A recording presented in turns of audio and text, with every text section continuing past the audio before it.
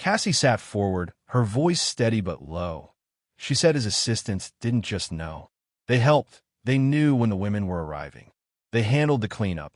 She paused, then added they weren't blind. The courtroom leaned in. Then she told the moment that changed everything. For a point, one of his assistants walked in on them during sex. He didn't look away. He didn't apologize to her. He just said, "Sorry, boss." Then walked out. There was no shock on his face. No confusión. That's when it hit her. This wasn't private. Her body, her choices, her time, none of it belonged to her anymore. And for the first time in her testimony, her eyes welled. She said they saw everything, and they never said a word. Her voice didn't rise, but the words struck with force that it wasn't about sex. She said that it was about obedience. Submission. She didn't blink. She wasn't talking about passion or attraction. She was talking about control, the kind that doesn't need a shout to be heard.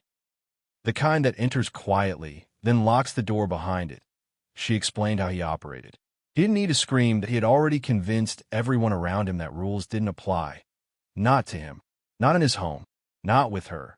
The way he moved, the way others responded, the way his world bent to his will, was all part of the same system, that he had to feel untouchable, that's why it worked.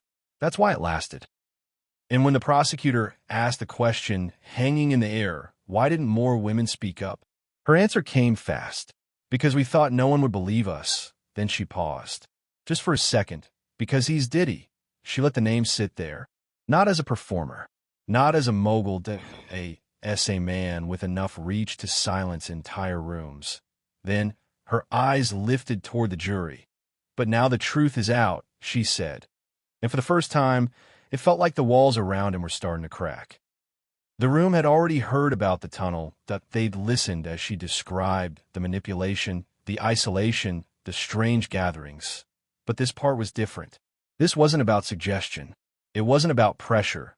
This was about harm you could see. The courtroom grew still as the prosecutor shifted gears. Everything about their tone changed.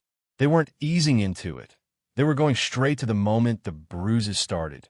Cassie looked down before she spoke. And when she did, her voice didn't shake, but something in it had changed. That it was bruises. It was blood, she said. It was my body, and it didn't belong to me anymore. She told them it didn't begin with a punch. That it started small, that a tight grip on the wrist that left a mark, a shove during an argument. Moments that could be dismissed, moments she did dismiss. She said he'd always apologize afterward, that he'd sit next to her, eyes low, saying it would never happen again, but it always did. Then came the photos. Images appeared on the courtroom screen, each one more difficult to look at than the last. A deep gash above her right eyebrow, swelling along her cheekbone, a bruise across her ribs that looked days old. The prosecutor asked her to confirm. "Are these pictures of you?" Cassie nodded. "They were taken after a night. I came home late. I'd gone to dinner alone. He thought I was lying. Thought I was with someone else. She wasn't, that he was drunk. Angry. And I was tired. I fell asleep on the couch instead of packing for a trip. I woke up to him yelling." She didn't remember what he said. She remembered the pain. This wasn't a misunderstanding. This wasn't a couple arguing. This was something else. And now, the court had to hear it. The prosecutor didn't ease into the question. "Did Mr. Combs ever physically assault you?" There was no hesitation. Cassie nodded. "Yes. Many times." She said it quietly, but the weight of those words hit with full force. She didn't list incidents like they were memories. She listed them like they were warnings she'd ignored. It started with his hand around her wrist, too tight, too sudden, that he'd grab her when he was angry, pull her by the arm during an argument, force her to sit, force her to stay. It didn't leave cuts at first, just fingerprints. Then it escalated. She remembered the first time he shoved her into a wall. It wasn't a fight. She had said something he didn't like. That was yelling. No warning. Just a sudden push, hard enough to knock the breath out of her. Then came the apologies. Every time he would sit her down afterward. Say he lost control. Say he loved her. Say it was her fault for pushing him, but he shouldn't have reacted that way. Then he'd promise it wouldn't happen again. Cassie said she wanted to believe him. She needed to believe him. She stayed, but the pattern didn't break. It deepened. She explained how her body began to change. She moved differently, slower, more carefully. She wore long sleeves, more makeup, less perfume. Not because he told her to, but because she was learning to navigate him, learning what might trigger the next outburst, trying to stay one step ahead of his moods. Sometimes it worked, sometimes it didn't, and every time it didn't, she was left picking up the pieces quietly, privately, while he continued on like nothing had happened. The photo came up on the courtroom screen, got a close-up. Her face turned slightly, hair pulled back, no makeup. And there was a deep gash just above her right eyebrow. Stitched, still healing. The prosecutor paused before speaking. "Can you tell us what happened that night?" Cassie took a breath, then nodded. She told the court it was supposed to be a quiet evening. She'd gone out alone, grabbed dinner at a small place she liked. Nothing flashy. She hadn't told him because she didn't think she needed to. They weren't fighting. They weren't even speaking much that day. She just wanted a moment to herself. When she walked through the door, she knew immediately something was off. He was waiting. Drunk. Angry. Pacing that he accused her of lying. Accused her of sneaking out to meet someone else. Said he had people watching her. She said she tried to calm him down. Told him it was just dinner, just a break. But he wasn't listening. Then he asked her who the man was. When she said there was no one, that she went alone, he snapped. She described it clearly how fast it happened. How he grabbed her by the arm.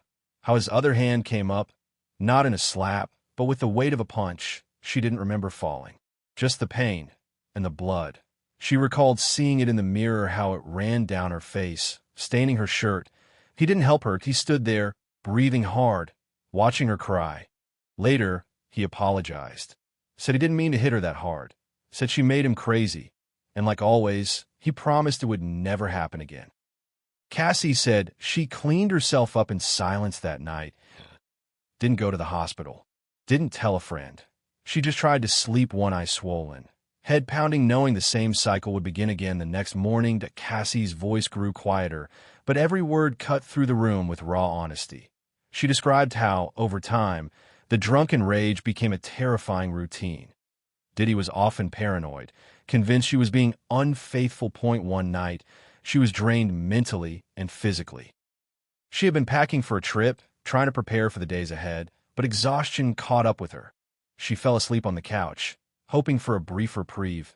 But it didn't last. She was jolted awake by shouting. His voice was furious, accusing, loud enough to shake the walls. He had seen a text message on her phone from Kid Cudi. Cassie explained that she and Kid Cudi had a brief relationship during a break in her time with Diddy. It was over, but Diddy refused to believe it. He brought it up constantly, like a weapon he could use whenever he wanted to control or punish her. That night, his anger exploded into violence again. She recalled the sharp, searing pain as he kicked her in the back. She tried to move, to get away, but the pain was relentless. He was drunk, she said, stumbling between rage and paranoia. She was scared, trapped inside the house, with nowhere to turn. That Diddy's jealousy wasn't just an occasional flare-up. It was a constant shadow that darkened every part of her life. That it haunted her, wore her down, reminded her daily that she had no escape from his watchful eyes. When asked why she never reported it, she simply said, "Because no one would believe me." He was Diddy. He had power. The room fell silent, but Cassie's eyes held a tired weight as she recounted the impossible grip he had on her life. She tried to leave, tried to break free from the suffocating hold. But every step toward independence was met with punishment, relentless, calculated. He didn't just lash out directly. No, his control was more insidious. That he used the people around her, those she trusted most, as messengers of his dominance. Through whispered threats, carefully crafted words, and cold reminders, he made sure she knew she was never truly alone. She was always being watched. The feeling settled into her bones like a cold shadow, a constant reminder that no matter where she was or what she did, he could reach her. Control wasn't about love or jealousy anymore. That it was about power, absolute, crushing power. When the question came, why didn't she go to the police, her voice was steady but filled with quiet pain. That he had power. I didn't. That it was that simple and that terrifying. The courtroom held its breath. Then Cassie's voice lowered, heavy with memory that cut deeper than words alone could carry. She spoke quietly, but with a clarity that stunned the room. "He threw me off a boat." The words hung in the air like a stone dropping into still water, sending ripples of shock through everyone listening. It wasn't just a careless shove or a heated argument. He had called her dead weight and thrown her into the sea. She was left alone in the vastness of the Caribbean waters, forced to swim for her life against the tide and the night. The cold water bit into her skin, every stroke a desperate fight for survival. And yet, despite that moment of near escape, the fear, the pain, she went back.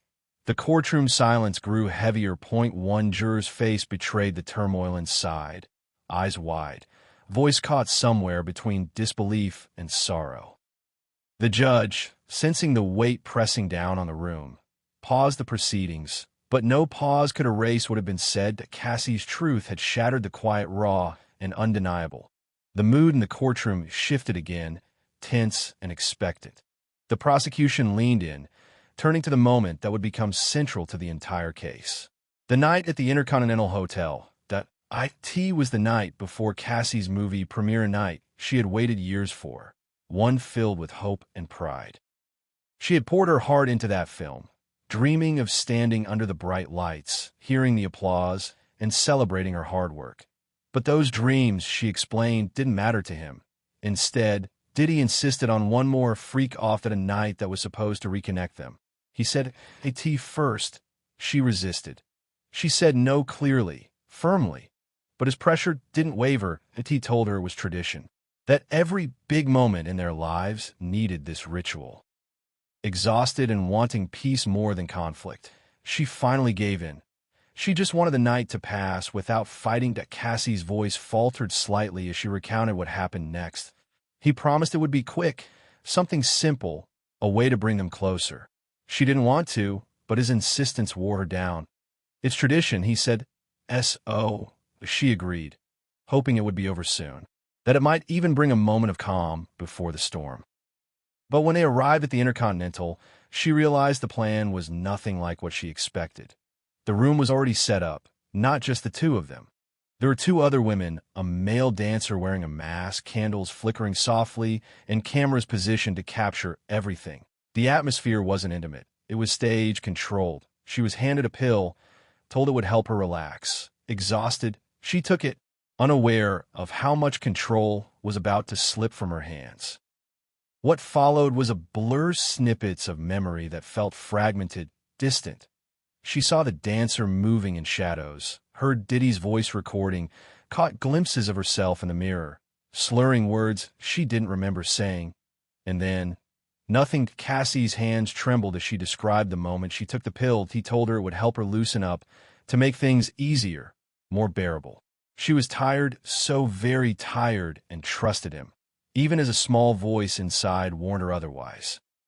The pill slipped down, a bitter taste, and then the world started to tilt. Fragments of that night flashed in her mind like broken film, the masked dancer moving silently in the dim light, shadows folding around him. Diddy's voice, cold and detached, recording everything on his phone. Her own reflection in the mirror, eyes glazed, lips parting to form words she couldn't remember, and then a crushing blackness. Hours later, she woke up drenched in sweat, alone in the quiet hotel room. Her body ached with bruises hidden beneath her dress, evidence she wasn't meant to show. She reached for her phone and found a message waiting. "You were amazing. I'm proud." Confusion and fear tangled in her chest.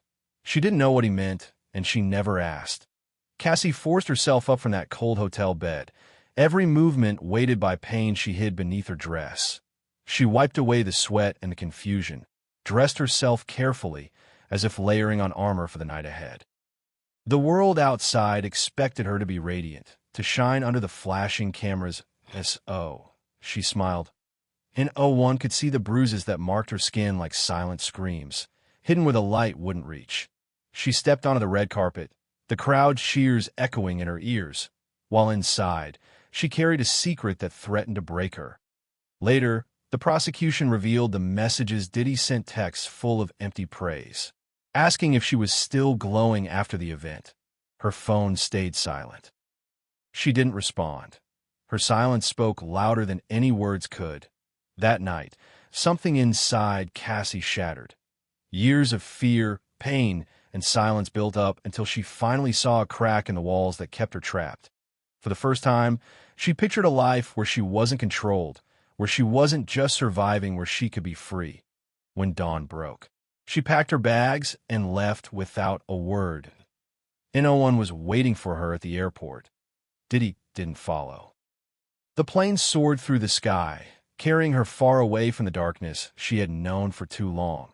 For the first time in years, she took a deep breath and felt air fill her lungs without hesitation. She was alone, but for the first time, she was also free.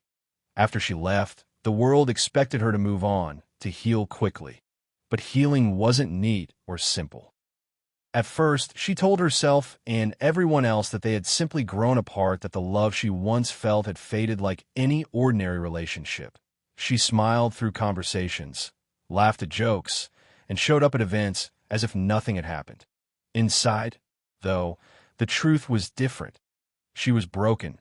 Fragments of pain and fear lingered in the quiet moments when no one was watching. Memories she tried to push away surfaced without warning, like shadows she couldn't outrun. It wasn't just the bruises on her skin. It was the scars inside her mind and heart.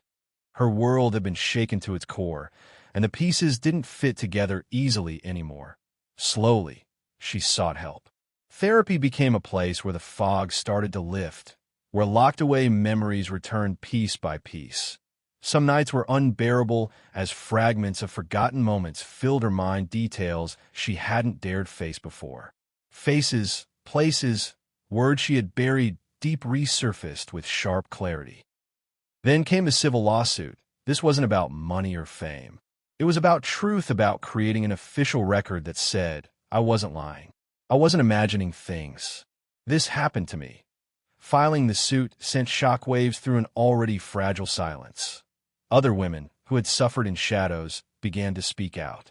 Their stories added weight and urgency. Soon, authorities stepped in. FBI agents descended on Diddy's properties with search warrants in hand. They moved quickly, combing through homes and offices, looking for proof to back up the growing accusations.